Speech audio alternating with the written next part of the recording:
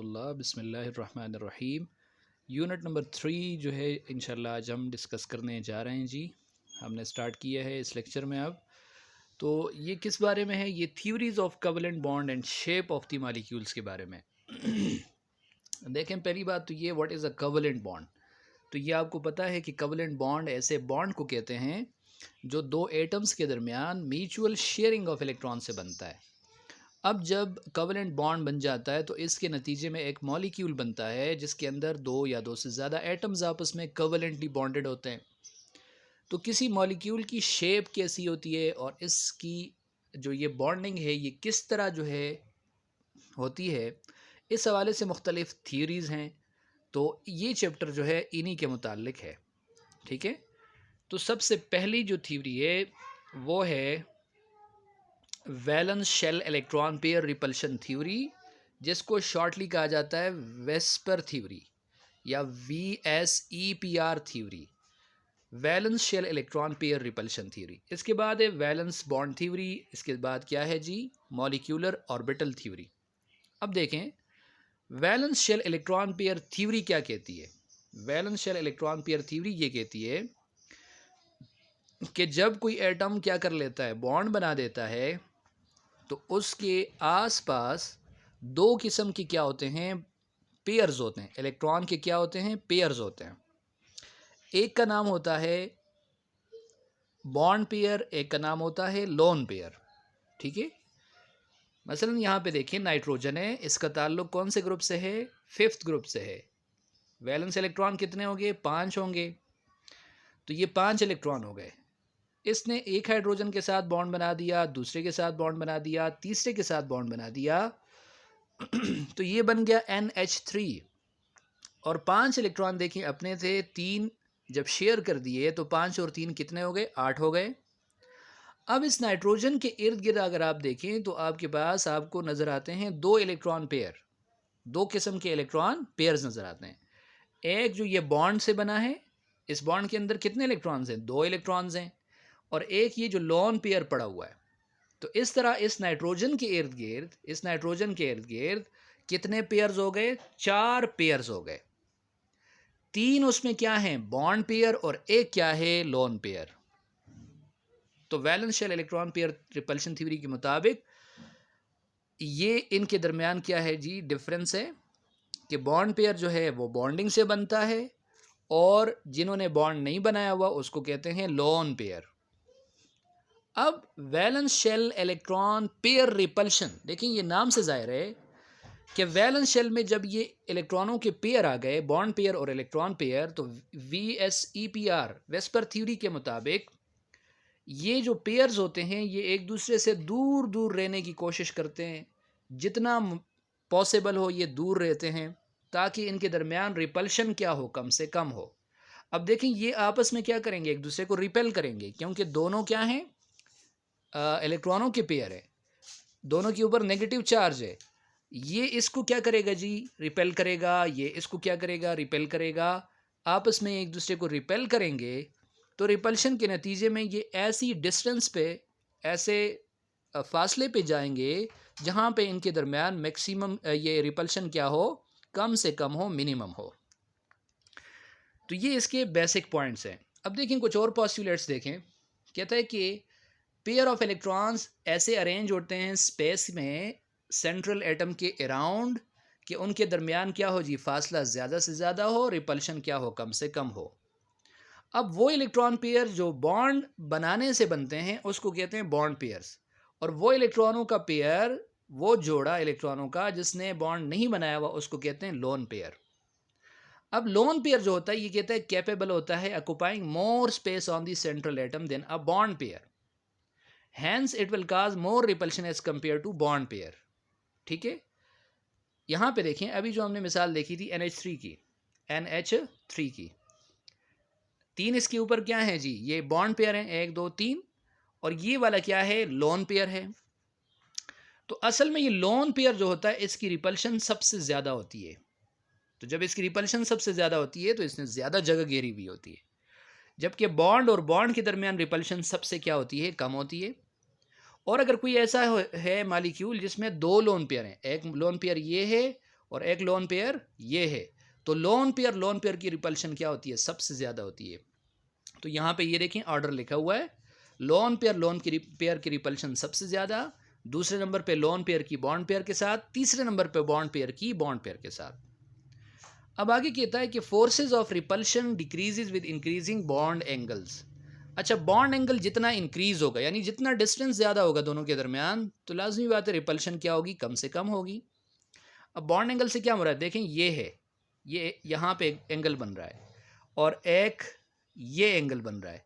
तो कहाँ कौन सा एंगल ज़्यादा नज़र आ रहा है, ये एंगल ज़्यादा है, ये एंगल कम है। तो यहाँ पे ये जो दो पेयर्स हैं ये क्या हैं, करीब करीब हैं, और यहाँ पे दूर दूर हैं। तो यहाँ रिपल्शन क्या होगी, कम होगी, और यहाँ रिपल्शन क्या होगी, ज़्यादा होगी। ये मतलब है इसका। अच्छा, as multiple covalent bonds and lone pair of electrons occupy more space than the bond pair, therefore the ideal bond angles are changed। यही बात है कि covalent bonds और lone pair of electrons जो हैं वो ज़्यादा क्या करते हैं जी, स्पेस ऑक्यूपाई करते हैं। तो आपके पास जितना बॉन्ड एंगल आना चाहिए, आप जो सोच रहे हैं, कभी कभी क्या हो जाता है उसमें चेंजेस आ जाती हैं। ये हम डिस्कस करेंगे, देखेंगे आगे इसकी एप्लीकेशंस में। अच्छा, कहीं पे अगर मल्टीपल बॉन्ड हो तो उसको आप क्या ही शुमार करेंगे, सिंगल इलेक्ट्रॉन पेयर की तरह ही शुमार करेंगे। मसलन कार्बन डाइऑक्साइड में कार्बन और ऑक्सीजन का क्या है, डबल बॉन्ड है, इस तरफ भी क्या है, डबल बॉन्ड है।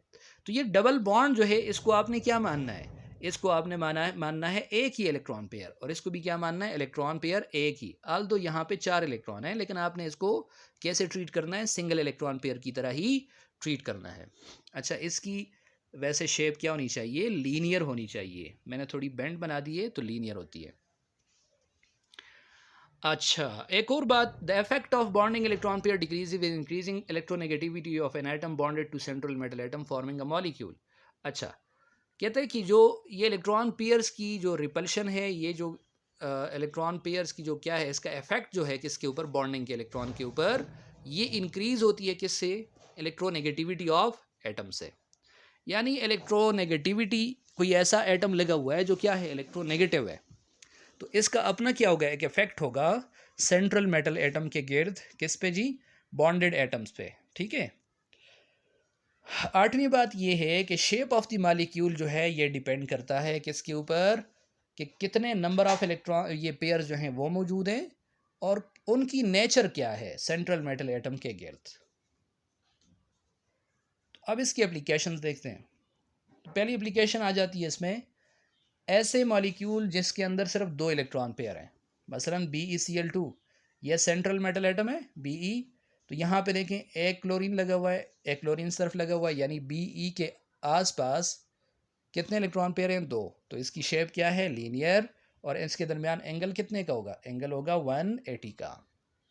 अगर आपसे पूछा जाए क्या BeCl2 को मैं ऐसा लिख सकता हूँ, इसकी शेप ऐसे लिख सकता हूँ, यानी बेंट लिख सकता हूँ, नहीं, ये गलत हो जाएगा, क्योंकि हमने पढ़ा था कि ये बॉन्ड पेयर्स एक दूसरे से मैक्सिमम डिस्टेंस पे रहेंगे ताकि रिपल्शन क्या हो, कम से कम हो। यही बातें साथ लिखी हुई हैं, ये आप देख सकते हैं। फिर दूसरा लिखा है shape of the molecules containing 3 electron pair, जिसके अंदर 3 इलेक्ट्रॉन पेयर हों। अब पहला केस उसमें आता है कि तीनों के तीनों क्या हों, बॉन्ड पेयर हों, जैसे BF3। तो बोरान के वैलेंस शेल में 3 इलेक्ट्रॉन है, एक F, दूसरा F, तीसरा F। तो देखें इनकी तरतीब क्या बनती है ताकि इनके दरमियान मैक्सिमम डिस्टेंस हो, तो यही बनती है कि ये एंगल कितने का बन रहा हो, 120 का। कितने का बन रहा हो, 120 का। तो बताएं इसकी शेप किस तरह होगी, इसकी शेप होगी इस तरह की, ये नज़र आ रहा है आपको, 120 के एंगल से एक दूसरे से दूर जाएंगे, और इस शेप को कहा जाता है ट्राइगोनल प्लेनर। इसके बाद है कि इलेक्ट्रॉन पेयर तो 3 हो, लेकिन 2 बॉन्ड पेयर हो, एक लोन पेयर हो, जैसे SnCl2, यहाँ पे आप देख रहे हैं Sn चौथे ग्रुप का है, 1 2 3 4, एक ने इलेक्ट्रॉन ने क्या कर दिया, बॉन्ड बना दिया Cl के साथ, दूसरे ने बॉन्ड बना दिया। अब देखिए यहाँ पे आपके पास 3 इलेक्ट्रॉन पेयर हैं, लेकिन 2 क्या है, बॉन्ड पेयर, एक क्या है, लोन पेयर। तो आपको पता है लोन पेयर ज़्यादा जगह घेरेगा, और ये एंगल जो पहले 120 का था BF3 के केस में, ये क्या हो जाएगा, ये लाजमी बात है, ये कम हो जाएगा। तो देखें ये कितना हो जाएगा, 120 के बजाय 95 हो जाएगा। ये कितना हो जाएगा, 95। और देखिए इसकी शेप क्या बन रही है, इसकी शेप आपके पास बन रही है वी शेप्ड, या एंगुलर शेप इसको कहते हैं। ठीक है। इसके बाद है 4 की बात, जब इलेक्ट्रॉन पेयर 4 हों, तो देखें इसमें तीन केसेस आते हैं। एक केस आ रहा है CH4 का, जिसमें चारों के चारों क्या हैं, बॉन्ड पेयर हैं। दूसरा केस आ रहा है NH3 का, जिसमें तीन क्या हैं, बॉन्ड पेयर हैं, और एक इसके ऊपर क्या होता है, लोन पेयर। इसी तरह अगली मिसाल आती है किसके, H2O की, जिसमें दो लोन पेयर हैं और दो क्या हैं, बॉन्ड पेयर हैं। तो CH4 को अगर आप देखेंगे, CH4 को, तो इसकी शेप आपको क्या नजर आएगी, इस तरह की नजर आएगी। इसको कहते हैं टेट्राहेड्रल शेप। और हर एंगल कितने का होगा, 109.5 का होगा। जैसे ये यहाँ पे आपको शेप नजर आ रही है। और सारे एंगल बराबर हैं, क्यों, क्योंकि सारे क्या हैं, बॉन्ड पेयर हैं। लेकिन जब आप आ जाते हैं अमोनिया पे, तो अमोनिया में क्या हो जाएगा, देखें, एक क्या है, लोन पेयर, और तीन क्या है, बॉन्ड पेयर। तो CH4 के अंदर अगर आपने देखा कि चार बॉन्ड पेयर थे, तो उनके दरमियान एंगल था 109.5। लेकिन अब यहाँ पे ये एंगल कितने का हो जाएगा, 107.5। वजह, क्योंकि लोन पेयर ऊपर आ गया, और लोन पेयर ज़्यादा जगह घेरता है बनस्बत किसके, बॉन्ड पेयर के। इसी तरह वाटर का केस अगर आप देखते हैं, तो वाटर के केस में ये एंगल मज़ीद कम हो के क्या हो जाएगा, 105.4 हो जाएगा। वजह ये है कि एक लोन पेयर ये आ गया, एक लोन पेयर ये ज़्यादा रिपेल करेंगे, इसको भी रिपेल करेगा, इसको भी रिपेल करेगा, और ये बॉन्ड एंगल 109 की बजाय क्या हो जाएगा, 104.5 हो जाएगा। तो यहाँ पे इसने इसको क्या किया हुआ है, समराइज़ किया हुआ है, आप इसको देख सकते हैं। इसके बाद बात आती है रेजोनेंस की। तो रेजोनेंस किसको कहते हैं, कहते हैं कि जब आप इस तरह के सिचुएशन से गुजरें कि आप किसी एक मालिक्यूल की स्ट्रक्चर को एक तरीके से न बयान कर सकें, उसके लिए आपको चाहिए दूसरी स्ट्रक्चर या तीसरी स्ट्रक्चर। इस फिनोमेनन को क्या कहते हैं, बेंजीन नहीं, इसको फिनोमेनन को क्या कहते हैं, रेजोनेंस। जैसे आप बेंजीन के केस में देख सकते हैं, बेंजीन का फार्मूला क्या है, C6H6। अगर आप इसकी स्ट्रक्चर देखते हैं, ये यहाँ पे आप डबल बॉन्ड लगाते हैं, और हर कार्बन के साथ आपने क्या लगा दिया, छः इलेक्ट्रॉन हाइड्रोजन लगा दिए, हर एक के साथ एक एक। तो अगर आपने यहाँ पे डबल बॉन्ड शो किया हुआ है, तो आप यहाँ पे भी तो शो कर सकते थे, यहाँ पे भी तो शो कर सकते थे, इधर भी शो कर सकते थे। तो इस तरह आपके पास अगर आप देखते हैं, तो यहाँ इसकी ये स्ट्रक्चर भी बनती है और ये स्ट्रक्चर भी बनती है, और दोनों क्या हैं, बिल्कुल ठीक हैं, दोनों एक जैसी स्ट्रक्चर हैं। लेकिन मज़े की बात यह है कि न रियल स्ट्रक्चर ये है, न रियल स्ट्रक्चर ये है, और रियल स्ट्रक्चर जो होती है वो इन दोनों की क्या है जी, वेटेड एवरेज होती है, जिसको क्या कहते हैं, रेजोनेंस हाइब्रिड कहते हैं। तो ऐसा फिनोमेनन जिसके अंदर दो या दो से ज़्यादा स्ट्रक्चर्स लिखी जा सकती हैं किसी कंपाउंड के लिए, which involves identical position of atom. हाँ, शर्त यह है कि आपने एटम्स को इधर उधर क्या नहीं करना, उसकी पोजीशन को चेंज नहीं करना, बॉन्ड्स को आप क्या कर सकते हैं, शिफ्ट कर सकते हैं। तो इसको क्या कहा जाता है, रेजोनेंस। इसको क्या कहा जाता है, रेजोनेंस कहा जाता है। इस तरह रेजोनेंस जो है मुख्तलिफ मालिक्यूल्स के अंदर पाई जाती है। जैसे ओजोन है, इसके अंदर अगर पहले यहाँ डबल बॉन्ड आपने शो किया है, फिर यहाँ पे भी आप शो कर सकते हैं, ठीक है। ये दोनों क्या हैं, इसके दरमियान रेजोनेटिंग स्ट्रक्चर्स हैं। तो ये टॉपिक शॉर्ट क्वेश्चन के लिए अहम हो सकता है। और जो valence shell electron pair repulsion theory है ना, उसमें आपसे मुख्तलिफ़ किस्म के सवाल पूछे जा सकते हैं, MCQs में सवाल आ सकते हैं। इसी तरह आपसे पूछा जा सकता है कि आप बताएं कि shape of water, NH3 ammonia और मीथेन, इन तीनों में क्या फ़र्क है, इन तीनों में क्या फ़र्क है। तो देखें, CH4 की जो शेप आप देखेंगे तो वो टेट्राहेड्रल है। NH3 की जो है वो क्या है, वो ट्राइगोनल प्लेनर, हमने देखा ट्राइगोनल प्लेनर था, नहीं वो क्या था, वो पिरामिडल शेप थी। और वाटर की शेप क्या थी, एंगुलर शेप थी। और उसकी वजह क्या थी, एंगल क्यों कम होता जा रहा था। तो ये सारी बातें हमने यहाँ पे क्या कर ली, डिस्कस कर ली। इसके बाद नेक्स्ट थ्योरी आती है वैलेंस बॉन्ड थ्योरी की, VBT की। VBT ने यहाँ पे ये कंसेप्ट दिया कि दो एटम्स हैं, फॉर एग्जांपल A और B, तो इनके दरमियान जो कोवेलेंट बॉन्ड बना है, तो ये कैसे बना है, इसने ये बताया आपको कि ये कैसे बना है। तो ये बताया इसने कि कोवेलेंट बॉन्ड जो है ये बनता है ओवरलैप से। हाफ फिल्ड ऑर्बिटल्स अगर हैं उसके पास, तो उनकी ओवरलैपिंग से। मसलन एक है, उसके पास s ऑर्बिटल है जिसमें एक इलेक्ट्रॉन है, हाफ फील्ड का मतलब एक इलेक्ट्रॉन है। दूसरा कोई एटम है, उसके पास क्या है, हाफ फील्ड ऑर्बिटल है। तो ये दोनों क्या कर सकते हैं, ओवरलैप कर सकते हैं। ओवरलैपिंग से मुराद ये है कि ये इसके ऊपर आके क्या हो जाएगा, ऐसे मिक्सिंग कर लेगा, और यहाँ पे इलेक्ट्रॉन की क्या हो जाएगी, शेयरिंग हो जाएगी। इसको कहते हैं ओवरलैपिंग।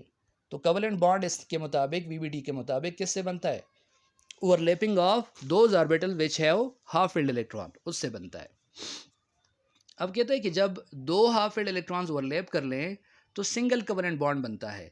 अगर दो ओवरलैप कर लें तो मल्टीपल कवलेंट बॉन्ड बनता है, यानी डबल और ट्रिपल।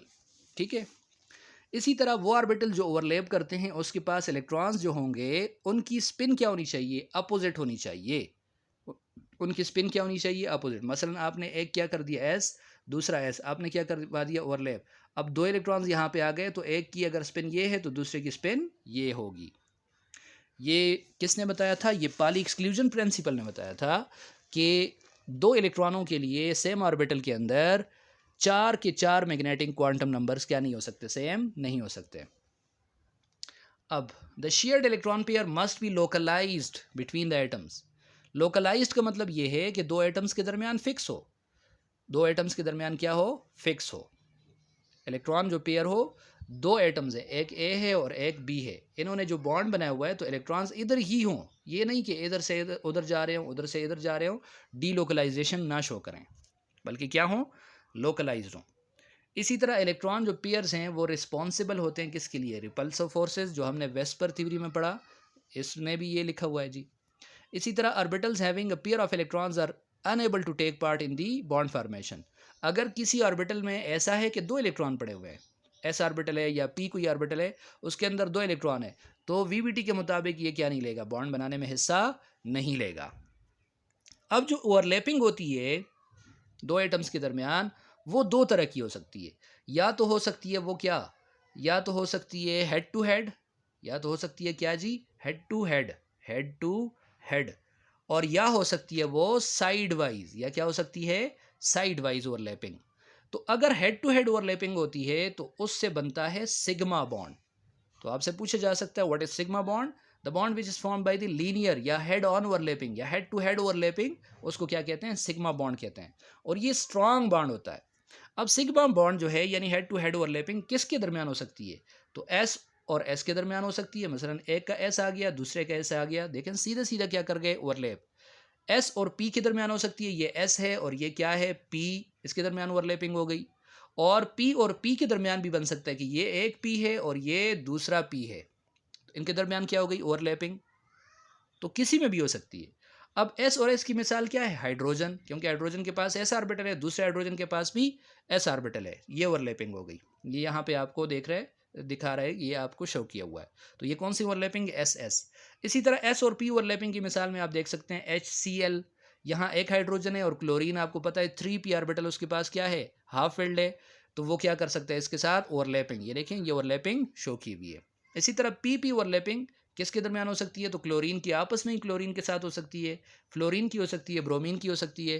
क्लोरीन की अगर आप देखते हैं तो उसके अंदर 3p ऑर्बिटल एक का और दूसरे का, ये क्या कर जाएंगे, आपस में ओवरलैप कर जाएंगे। और अगर आप फ्लोरीन का देखते हैं तो 2p ऑर्बिटल है, ये दूसरे का 2p ऑर्बिटल है, और दोनों ने क्या कर लिया, ओवरलैपिंग, और यहाँ पे क्या बन गया आपके पास, सिग्मा बॉन्ड। दूसरी जो ओवरलैपिंग है उसको कहते हैं साइड वाइज या पैरेलल ओवरलैपिंग। तो उससे बनने वाला जो बॉन्ड होता है उसको कहते हैं पाई बॉन्ड, उसको क्या कहते हैं, पाई बॉन्ड। लेकिन ये याद रखें कि पहला बॉन्ड जो बनता है वो हमेशा सिग्मा बॉन्ड होता है। अगर पहला बॉन्ड सिग्मा बन गया और कोई ऑर्बिटल ऐसा रह गया जो साइड वाइज ओवरलैप कर सकता है, तो तब जाके क्या बनेगा, पाई बॉन्ड बनेगा। मसलन आप ऑक्सीजन के मॉलिक्यूल की मिसाल ले लें। एक ऑक्सीजन का एटम है तो उसकी इलेक्ट्रॉनिक कन्फिग्रेशन ये है, उसके पास 2p ऑर्बिटल और 2pz ऑर्बिटल ऐसे हैं जिसमें एक इलेक्ट्रॉन है। अब देखिए यहाँ पे एक ऑक्सीजन ये है, दूसरा ऑक्सीजन का ऑर्बिटल ये है, तो एक का pz और दूसरे का pz आपस में कौन सी ओवरलैपिंग कर ली, head on overlapping, sigma bond बन गया। यहाँ पे देखिए आपको नजर आ रहा है सिग्मा, जो रेड से शो किया हुआ है ये। जबकि पी वाई ऑर्बिटल अब भी ऐसे हैं जो सामने आमने सामने हैं, इन्होंने क्या नहीं की, ओवरलैपिंग नहीं की।